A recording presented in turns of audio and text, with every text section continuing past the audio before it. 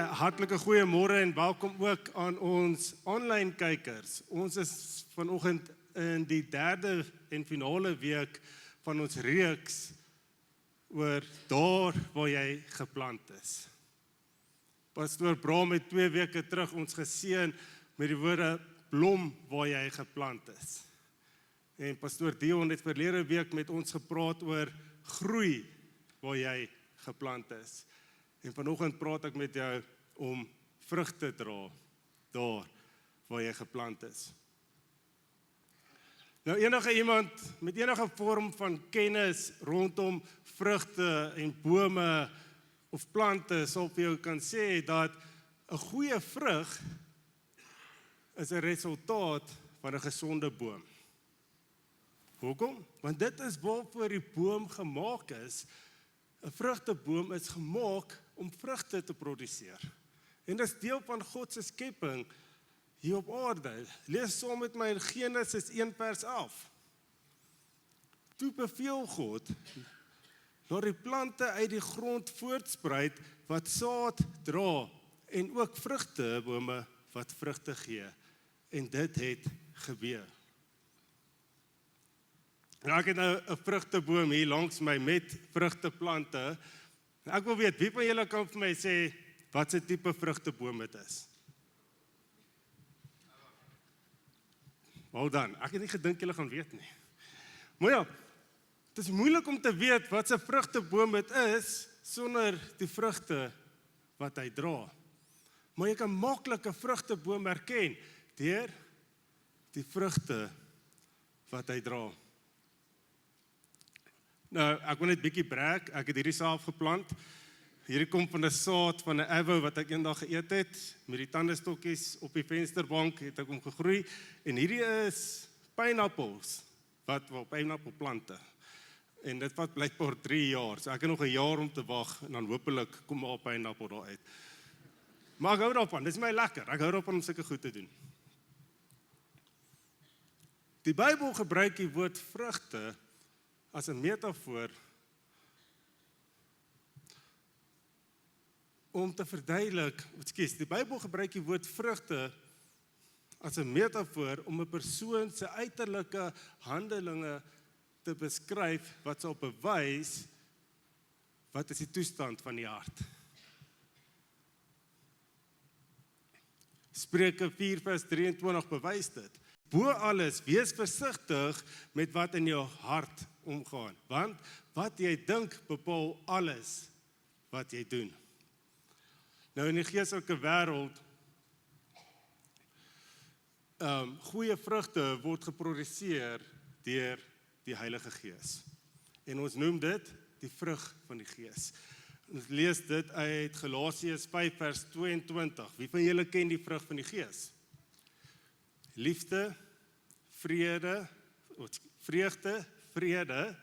geduld, vriendelikheid, goedhartigheid, getrouheid, nederigheid en selfbeheersing. Nou hierdie vrugte is karaktereienskappe. Goddelike karaktereienskappe. Wat ek glo in elke gelowige se lewe duidelik moet uitstaan. En as al 'n tekort is aan een van hierdie karaktereienskappe, wil ek sê, dan moet amper half 'n geestelike alarm in jou binneste afgaan, om te sê, jy moet begin aan dit werk. Hoekom? Want die woord sê in Galasiërs 5 vers 24, die wat aan Christus Jesus behoort, het hulle sondige natuur met al sy hartsogte en begeertes gekruisig. Die Engelse vertaling verduidelik dit vir my so mooi wat sê, to nail the passion and the desires of your sinful nature to the cross and crucify them there. Jy sien, om vrug te dra is deel van God se roeping hier op aarde. Maar kom ons wees eerlik, dit is maklik om vrug te dra op 'n Sondagoggend. Inteendeel, dis lekker. Jy wys sommer jou vrugte vir almal. Die praise and worship is hierso, dis anointed. Die koffie na die tyd is lekker. Die kinderkerk en die jeugbediening is in lyn. Dis lekker om hier te wees op 'n Sondagoggend. Maar die ware vrugte wys daar waar jy geplant is. Daar by die werksplek. En ek weet, dit is maklik om vinger te wys na jou kollegas of na jou bestuurders toe oor die vrugte wat hulle dra of oor hulle karaktereienskappe. Maar glo, dit is die probleem. Jy sien, ons is so gefokus op die karaktereienskappe van ander mense, dat ons soms vergeet om in die spieël te kyk en na ons eie karaktereienskappe te kyk. En te fokus op dit waar ons op moet werk. Jy sien, by die werksplek, die vrugte wys. Die vrugte wys wanneer daar 'n korrupte kontrak op jou tafel kom. En jy moet hom afteken. Die vrugte wys wanneer jy na die tyd genooi word na 'n kuier toe. Nou ek kom uit die koöperatiewe wêreld uit. Voordat ek in bediening voltyds ingeloop het, was ek 'n interne ouditeur gewees. En ek kan nie vir julle sê hoeveel keer kollegas vir my gevra het en vir my gesê het om sekere bevindings te laat gly. Want anders gaan hulle in die moeilikheid kom. Ek kan onthou een spesifieke dag, hulle roep my in, hulle maak die deur agter my toe en hulle vra vir my, hoe gaan ons hierdie stol hou? Ek sê, ek kan nie. Want nie net doen ek onreg aan my werkgewer nie, maar ek doen ook onreg aan God. Die vrugte wat hy dra by die werk. Maar kom ons vat dit bietjie buite die werk.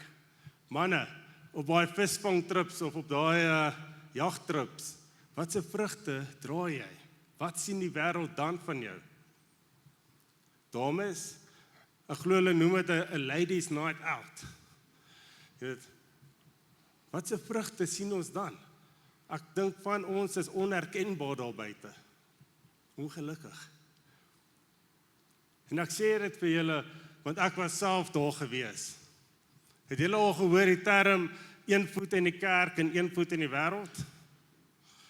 Nou, ek het een voet in die kerk gehad en die res van my liggaam was in die wêreld gewees. Lou, warm Christen. En ek dank die Here, hy het my gered daaruit. Nou, hoe dra 'n mens vrug? Ek nou die vrugte vir julle verduidelik. Nou, hoe dra 'n mens vrug daar buite? En ek wil vra dat julle hierdie neer sal skryf, want dit was 'n groot blessing vir my gewees, toe ek hieroor gebid het. 3 stappe om vrug te dra.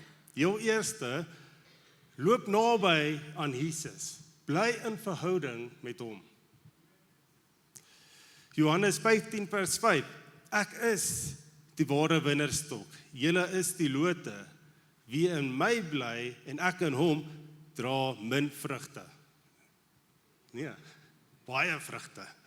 Ek wil amper op die woord sê, al die vrugte. Wie in my bly en ek in hom, dra baie vrugte.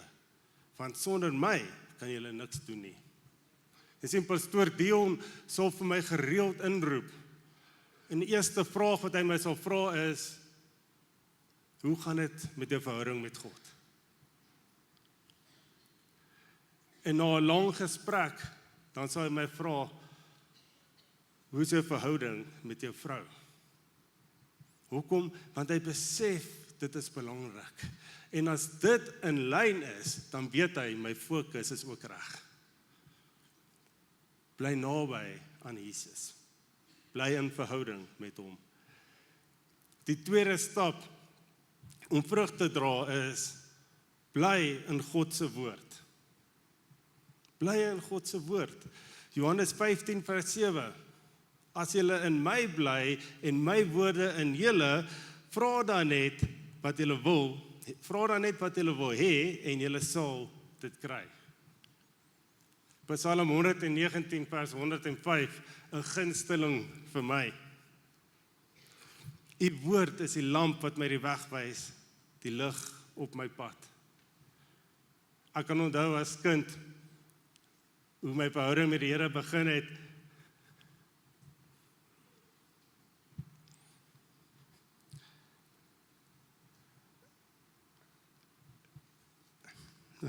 Dankie Here.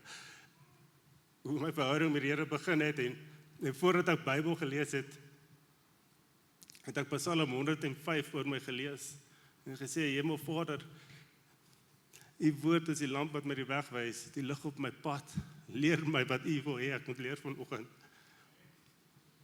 En ek glo die Here roep ons terug na daai kindergeloof toe, julle. Ek wil julle uitnooi, doen dit. As julle weer Bybel lees Psalm 119 vers 105. Sê vir die Here, U woord is die lamp wat my die weg wys, die lig op my pad. En ek is so lief vir daai skrif, want jy kan dit in soveel maniere verduidelik, maar wie van julle, as jy met 'n flits rondloop in 'n donker plek, waar wys jy 'n flits? Wys jy dit daar na die amblisieblokke waar jou pad is? Of wys jy dit by jou voete, sodat jou voet nie teen 'n klip kan stamp nie?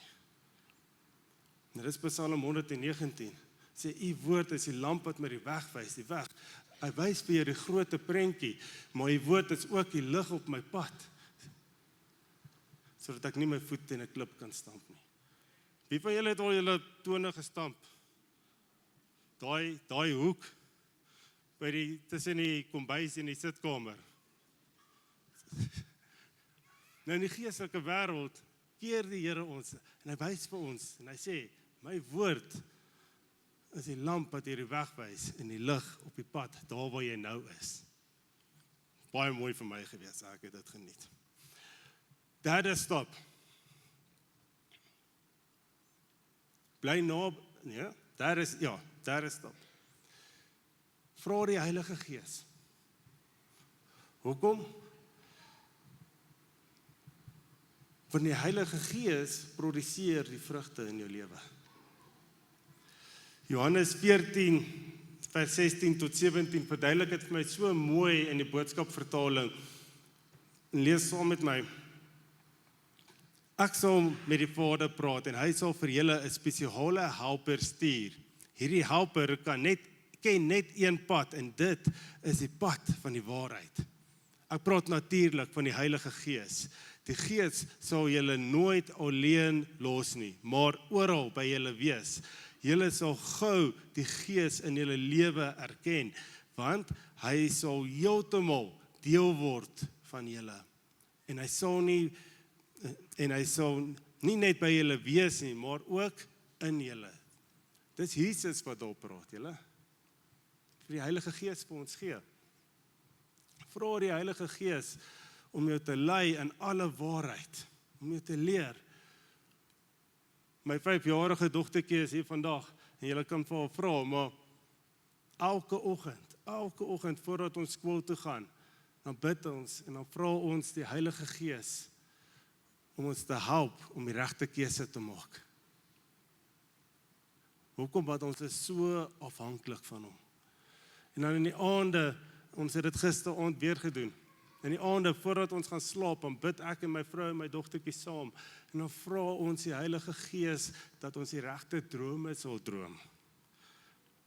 In ander woorde, eintlik vra ek die Gees om ons te beskerm, om ons gedagtes te beskerm terwyl ons slaap. En elke keer as ek dit bid, dan sien ek net hoe daar 'n witte lig oor ons is terwyl ons slaap. Vra die Heilige Gees. Okay, great son. Ek besef nou wat die vrugte is.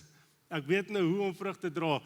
Maar hoekom moet ek vrug dra? Hoekom is dit belangrik? Want soos wat ek dit verstaan, vir my om die ewige lewe te verkry, is daar geen werke nodig nie. En dis reg. Ons kry die ewige lewe deur om te glo in die Here, deur Jesus Christus. Maar dit bly nog steeds belangrik om vrug te dra terwyl ons hier op aarde is. Ek gaan vir julle 2 redes gee hoekom. Skryf dit neer. Johannes 15 vers 8. My Vader word juist daardeur verheerlik dat julle baie vrugte dra en my disippels is.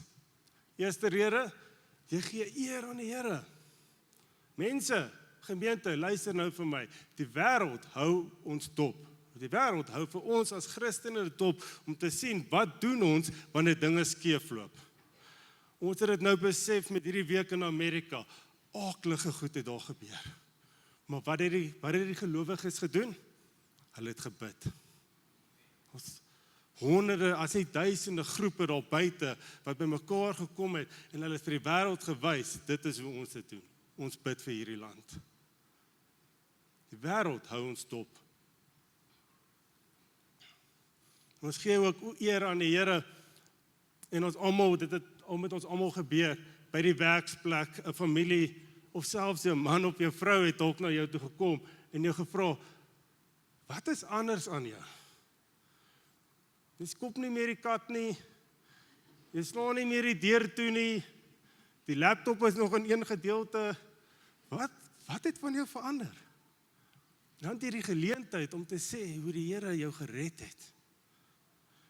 En dan het jy ook 'n geleentheid om daai persoon ook na die Here toe te lei. So gee ons eer aan die Here deur die vrugte wat ons dra, wat geproduseer is deur die Heilige Gees in ons lewe. Tweede rede hoekom dit uiters belangrik is om vrug te dra, in daai skrif het gesê dat julle baie vrugte dra en my disippels is. Disippelskap, julle, dit is ook hoekom ons vrug dra. Disippelskap is deel van ons DNA hier by Endeavour. Matteus 28 vers 19.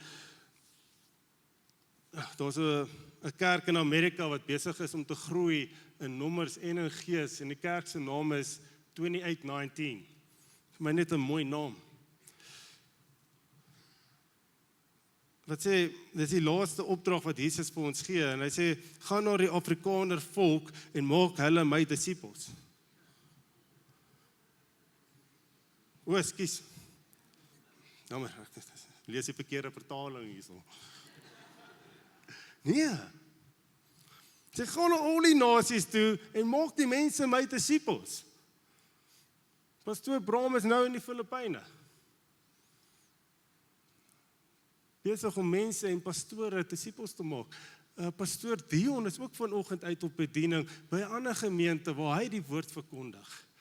In Oktober gaan ons iemand na Lesotho toe stuur om daar die woord te gaan verkondig. Doop hulle in die naam van die Vader, die Seun en die Heilige Gees. Ons gaan nou na die diens, gaan ons 6 mense doop, julle. 4 van hulle is tieners. Weet? Nog 'n getuienis, mense, daar is nie water in Benoni nie. Nou, die pad is vol. Ons prys die Here daarvoor.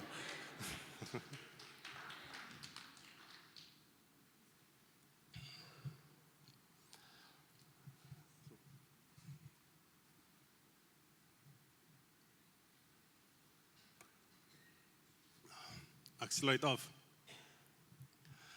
'n Paar maande terug, nou julle mag nie vir pastoor Bram sê ek is kinder van hom nie. 'n Paar maande terug roep hy my en hy vra vir my son, wat is die geheim om 'n goeie hardloper te wees, om ver te kan hardloop?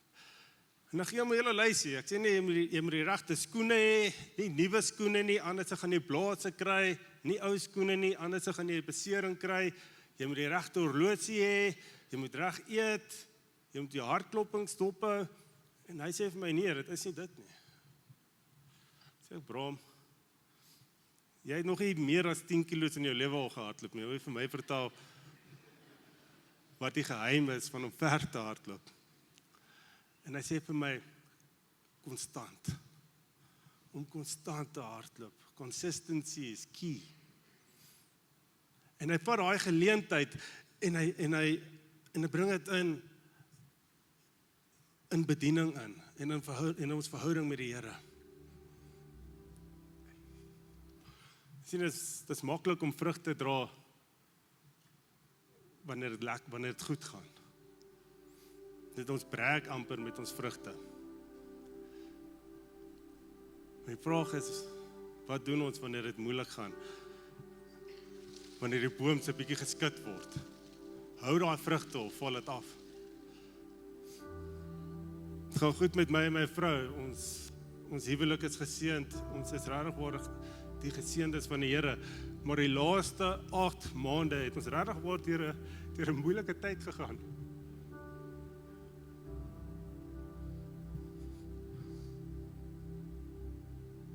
En ek wil nou vir julle sê, as dit nie vir die vrug van die Gees was in ons albei se lewens, ek wil vir julle sê, albei, ons is getroud vir 'n rede, ons is daar vir mekaar.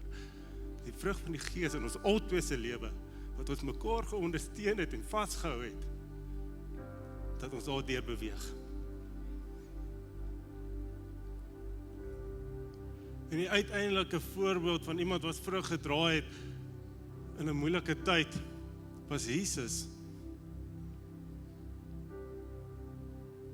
Die aand voordat hy gekruisig was, het een van sy disippels hom verraai. Hy word oorgelewe aan die Romeinse soldate, en nie lank na dit nie, word hy weer verraai deur 'n ander disipel van hom. Die Bybel, daar was 'n tyd gewees waar die Bybel sê hulle almal het op 'n tyd weggehardloop van hom. Die Romeine vat hom een kant, hulle sit 'n doringkroon op sy kop, hulle druk dit in sy kop in, en hulle buig voor hom, hulle bespot hom, en hulle slaan hom, hulle spoeg op hom. Hulle forceer hom om sy eie kruis te dra na sy dood toe.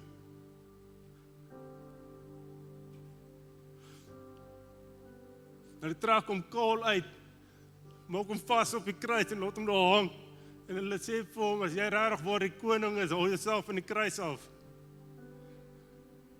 En hulle lag vir hom.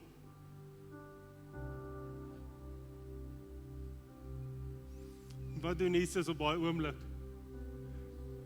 Hy kyk na hulle so, sê Vader, vergewe hulle, want hulle weet nie wat hulle doen nie. Ek praat van iemand wat vrug gedra het, daai is liefde, dis die eerste vrug wat die woord noem, liefde. Vergewe hulle, want hulle weet nie wat hulle doen nie, Here. Ek wil vra dat julle hulle oë saam met my sal toemaak.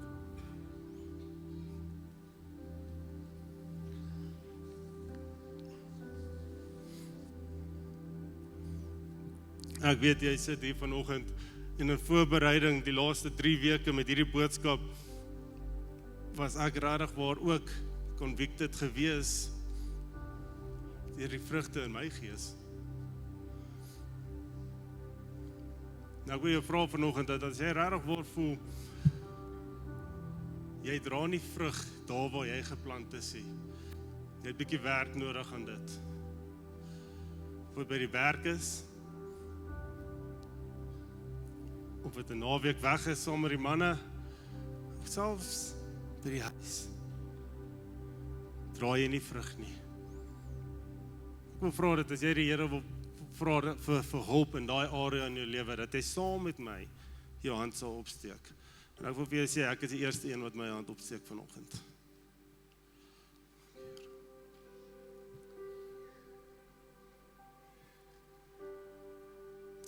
Hemel Vader, U sien ons raak vanoggend.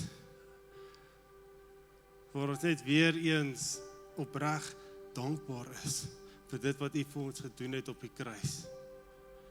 Maar ons besef ook, terwyl ons hier op aarde is, moet ons eer gee aan U vir dit wat U vir ons gedoen het, en die beste manier om dit te doen, is om die vrug van die Gees te dra, dit wat geproduseer is deur die Heilige Gees, goeie vrugte.